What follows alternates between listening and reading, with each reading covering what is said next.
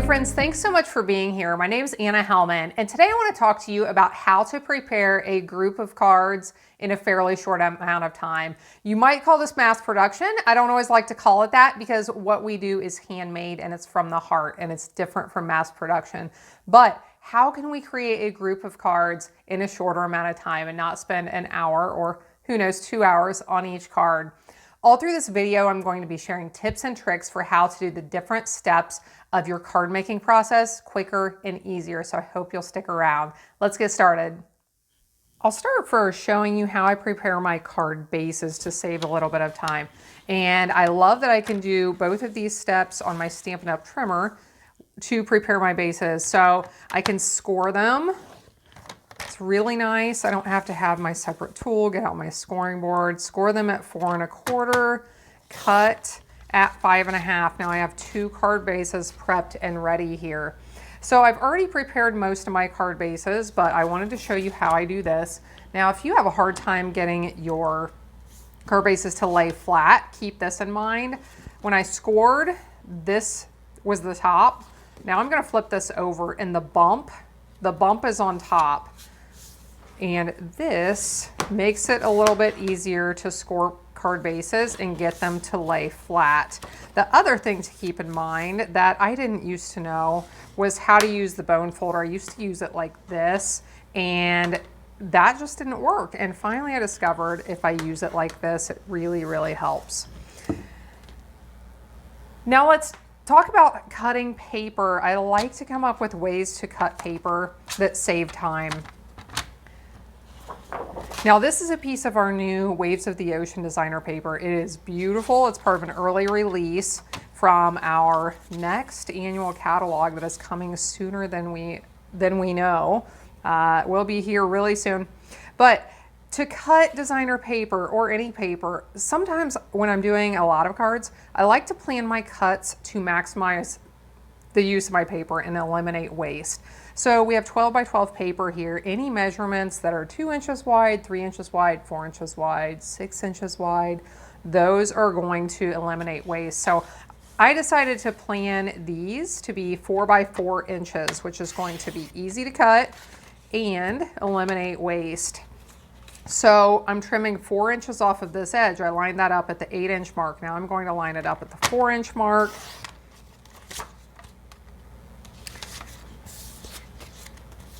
Now I am going to stack these on top of each other. I want to trim them at 8 inches and 4 inches again. If you prefer to line up at the 4-inch mark and cut this piece off, the piece that you want, that works too. But it works to cut this way and then you just have to slide it in. Now, if I'm cutting several layers, I do make sure to slide that blade across 2 different times. I also make sure to remove those pieces before I move this. That way, in case it didn't cut through all the way, I can slide the blade across again before I move anything. So we have our designer paper pieces cut. We're going to make 9 cards. I have my card bases prepped. Now that main piece that will be in the background is prepared. Let's talk about adding some interest with embossing, dry embossing. So I have already prepared these 2 pieces that I embossed. I really like this embossing folder. I think it looks a little bit like Waves, which is why I chose it for this card. But let's say you want to add some embossing to cards, but you're trying to prepare a lot of them. One thing you can do is actually, this works with a lot of embossing folders, but not all, lay 2 layers of cardstock together and put them in your embossing folder and crank them through, and it will emboss 2 at a time in most cases. But here's another tip. I actually did these individually, but that's a tip that may help you. What if you just use a small piece of embossing on your project? These measure 4 1/4 by 6 inches, and it's going to be actually a little bit extra for what I need. But what I'm going to do is trim these down into 1-inch sections. So instead of having a large piece of embossed cardstock on the card, I'm just going to have a little bit, but it's still going to add a lot of interest to each card, just that little bit, kind of like specialty paper adds. If you add just a little bit of specialty paper like foil or glimmer paper, it can really add a lot to your card. Same thing with this embossing. So emboss first, then you can trim these apart and you have those embossed pieces pretty quickly and easily. So I think that is 7. I'm cutting these into 1-inch strips. That should be 8, and this should be my 9th one, so I'll have a little bit extra here. Now let's move on to some tips with punches, and these are some of my favorites. So I'll be using our Sailboat Builder punch here. This coordinates with our Let's Set Sail stamp set, and this is how I'm going to do the greeting and also the focal point of this card. I love how this goes with this new Waves of the Ocean paper. I thought it would be beautiful. I also think these cards will be good for women or men. Sometimes it's hard to come up with card ideas for men. I think this card would be really nice for both women and men. So this is the punch I will be using. Now with builder punches, these can get tricky, right? Stamping the images in the right spot, lining them up, all the different pieces. So I have several tips here that I think may help you with these builder punches. And I'm debating where to start. Let's start with the sails. We'll start with the sails. So let's say you were going to stamp, here I have my 2 sails, one sail with one color and one sail with a different color. Because how to do this the easiest depends on whether you're stamping the sails in the same color or different colors. So I'm going to start, let's say we're going to do them in different colors. So I will stamp this one. You want to stamp it the same direction as it lays on the punch. And I've prepared this strip because it is wide enough for that sail, it is wide enough for this sail, and when you stamp on strips like this, you can punch once, move it down, punch again, move it down, punch again. It eliminates waste. If you use big pieces of cardstock, I would be wasting that whole thing. So get a strip that's just a little bit wider than what you were punching, stamp on it the direction that it will lay in the punch, and then you can slide those through and punch them out. So I'll stamp this one.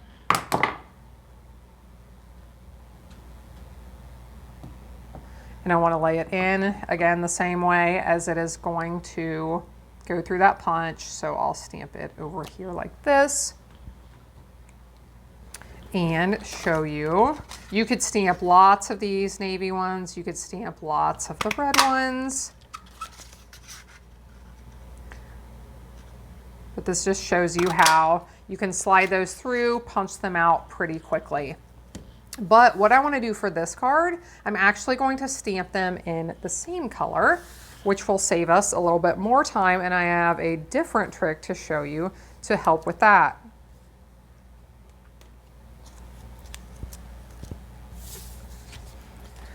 So for this, my strips are a little bit wider because I need to be able to punch both sails at the same time.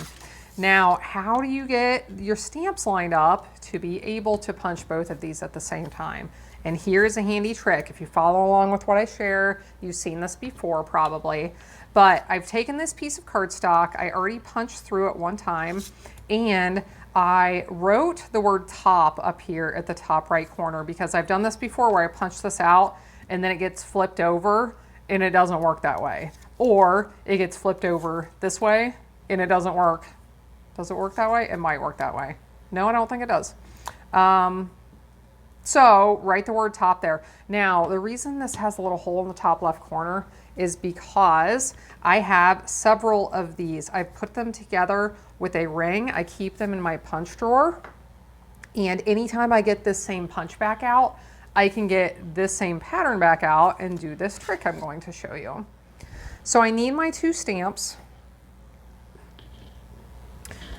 I do like to do this over top of a lighter color. It helps be able to see if my stamps are in the right place a little bit easier. So I want to lay my stamps in the correct positions. And I'll try and do this without, it's a little bit tough without being able to put my head right there over that, but going to adjust that just a bit. And okay, once I have that lined up, I want to take a block, or you could do this on your Stamparatus if you wanted to, but just take a block that's big enough, lay it over top, and they're adhered in position. So now I'm done with that little gray card that I punched out, and I'm ready to start doing my stamping. If I get the right color in here, I want to punch the sails out of Poppy Parade. So again, I need to stamp these in the correct direction that's going to make it easy to slide them through. So for this punch, it is going to be this direction.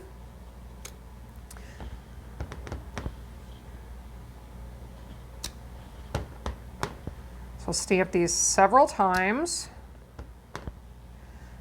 Now with some punches, you need to leave some space in between because of some waste if there are extra pieces and parts to the left or right of what you're stamping.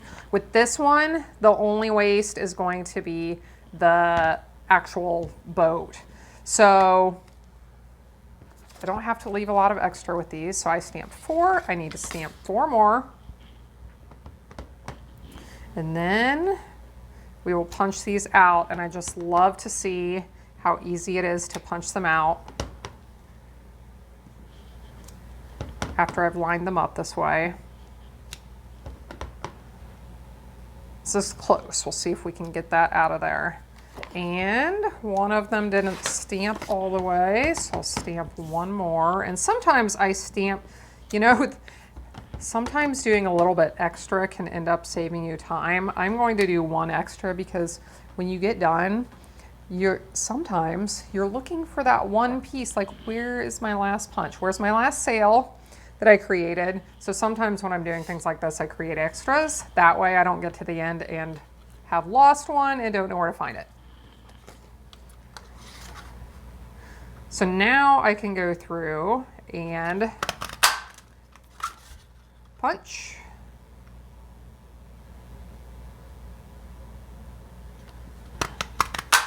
Punch, and repeat this for the rest of them.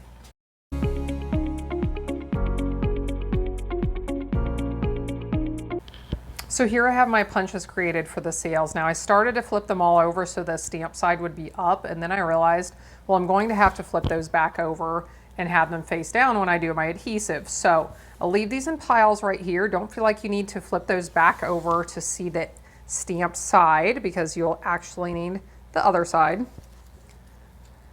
When you go to attach them together, here are 2 more. Now I am not going to use these pieces. I could save these and use them for another project because I wanted to do these out of a different color. Now if you want to do those out of white, that is going to save you time. It is also going to save you materials, but I thought navy would look really nice.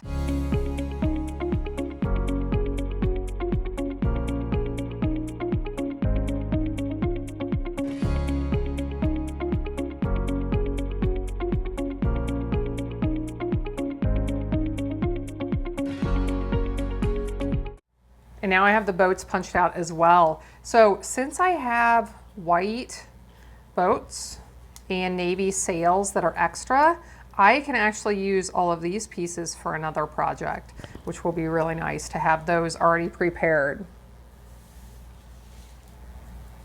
Next, let's do our greetings. And a lot of times if I'm doing a lot of stamping, I will actually use just a block. It just depends. Sometimes I pull out my Stamparatus, sometimes I don't. Sometimes I'm more comfortable just using a regular acrylic block.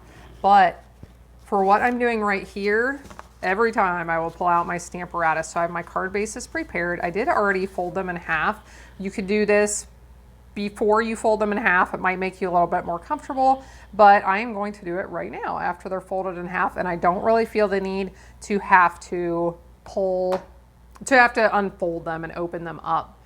Now I do want to figure out my alignment for my greeting because I have not done that yet. So let's plan out the layout for this card, because sometimes I have to see these things. I haven't actually made one of these yet. I do want to see what it looks like first. And I want my greeting to be up here at the very top. So line that up, rotate this over to adhere it. I'm really glad I did that because I see that I have my card in here the wrong direction, okay? Sometimes we create our cards and they open the wrong way. Please tell me I am not the only one who does that sometimes. Okay, so I'm checking to make sure the rest of my cards are all lined up the right direction so I can just slide them in here. And if you feel like you need to, you can put a magnet on here, but a lot of times I don't when I'm doing a lot of stamping like this. So my card, this one, is wanting to pop up a little bit, but usually when I do this, even without a magnet, it turns out great, just like it just did. So I can do my stamping pretty quickly. The Stamparatus, if you do not have one of these, I really encourage you to look at them on a future purchase. I have done a really detailed video where you can learn all about it. If you would like to watch that, I can link you to that here if you have any interest. I know some of you there are some other stamping platforms out there. There are some really cool things you can do with this particular one that I do not believe you can do with the others. I'm hoping to do a video in the future talking about that and sharing some of the differences and some of the amazing benefits of this one in particular.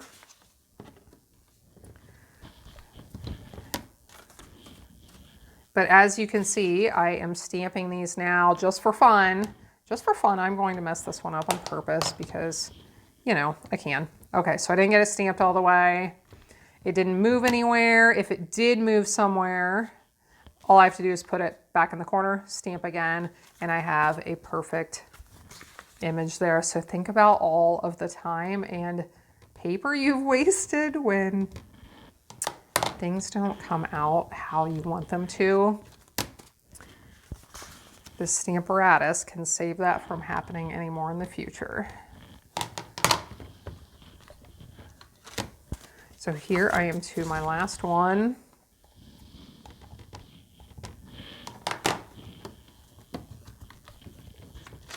And we have our greeting stamped. Now we are ready to start assembling. We have our pieces prepared. Let's look at some tips on assembling several cards in a shorter amount of time.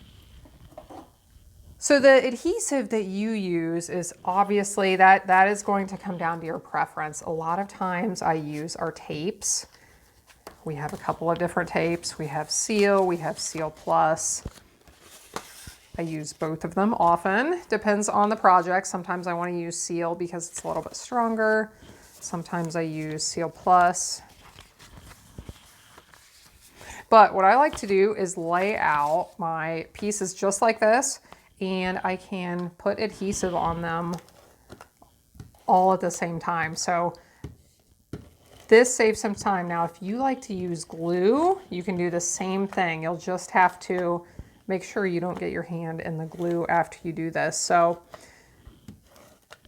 when I'm not making videos, a lot of times I'll do this off to the side, and then I'll have my workspace here to actually assemble my cards. I can just grab the piece I need and start putting them together right on my work surface. But since I want you to be able to see what's happening, I'm trying to do all of this right here in the middle. So now, one by one, we start to put these together. Our next step will be to put on these embossed pieces, and here is where I need to plan out exactly how I'm doing this. Now, sometimes, depending on the card design, I will actually switch up the layout and do them in all different layouts. For this card with the sailboat, I didn't feel like I had quite as much freedom with that, but I can still switch it up a little bit. I can put these pieces in different spots, but I do want to look at this just to see how it's going to look and make sure it's coming together the way I think. and that I put on this embossed piece where I want it. So I could put this down here.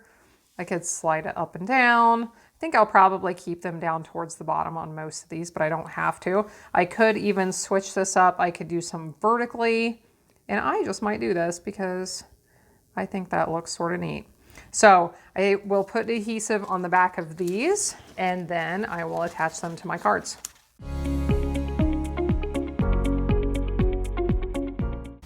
So as you can see, I put those on a lot of different ways. I decided to put a few at an angle. I think that's going to look neat. And while I was doing that, I thought of another way that we could individualize these cards, even while preparing quite a few at the same time, which is when I was stamping the sales, I could actually stamp red one time, I could stamp orange, I could stamp blue, stamp yellow, and then we could actually mix those sales up. So that's another way. If you like the idea of doing a lot of cards quickly, but you want them to definitely be one of a kind, that's another way you could prepare this particular card. Next, we will attach the boats, and I'm going to do this with glue since it's a fairly small piece. And I'm looking at the direction of the little flag at the top, thinking I should probably turn those all the same direction. And then for something this detailed, I will put glue along the bottom of that boat, and then I'm thinking I'll just put one little dot at the top. I love our multi-purpose glue.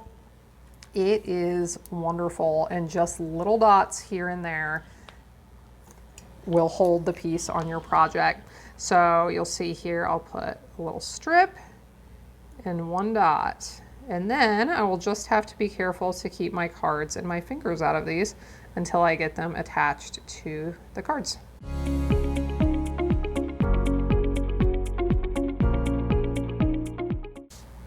So I got these attached. I did have an extra one, so I decided on this card I will go ahead and place 2 of these. You may have noticed as I was picking those up, I used the sticky end of my Take Your Pick tool. Since I had adhesive on there, I was sure I was going to be fumbling around trying to pick them up and flip them over. But the sticky end of the Take Your Pick tool does an awesome job of picking those up. So I can link, actually I have a video on that Take Your Pick tool. I can link you to that here if you'd like to take a look at it. And we are coming towards the end, but I do still have tips to share with you. So I hope you'll stay and watch until our cards are all completed here and see how they come out. So I'll flip all of these over to the back side. You could use that Take Your Pick tool if it's easier for you. Flip them over the back side here. I want to pop these up. I want these to stand out a little bit from my card. So I'm going to use dimensionals, and 1 dimensional on the back of these should be perfect since they're not real large. And here's another use for that Take Your Pick tool that really makes it easy to put dimensionals on the backs of pieces. Especially if you have arthritis or pain in your hands, this can really, really help a lot. So we'll put 1 dimensional on the back of each one of these, and then you'll see when I remove the paper backing, I use the same tool, and it's pretty amazing how well this tool will pull the paper backing off and how much time it saves.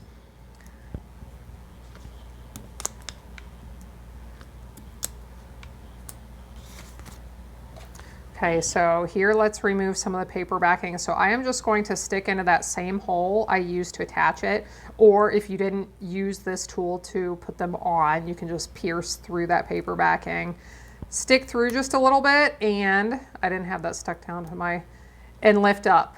And there's the paper backing stuck to my tool. Now, when I learned that I could keep doing this without pulling that paper off of my tool, just pierce and lift, pierce and lift. This was super exciting to me, so maybe this can help you as well.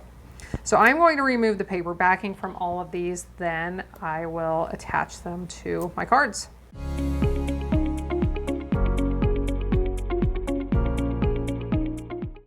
Saying that as I'm doing this, I've picked these up a couple of different ways. One, I can use that sticky end on my Take Your Pick tool to pick them up and flip them over. Or what I do a lot of times, if the paper backing is removed from my dimensional is just stick my finger on there real quick. It sticks to my finger and then I can flip it over really easily. Now you remember when I said I get to the end and I can't find one of my pieces?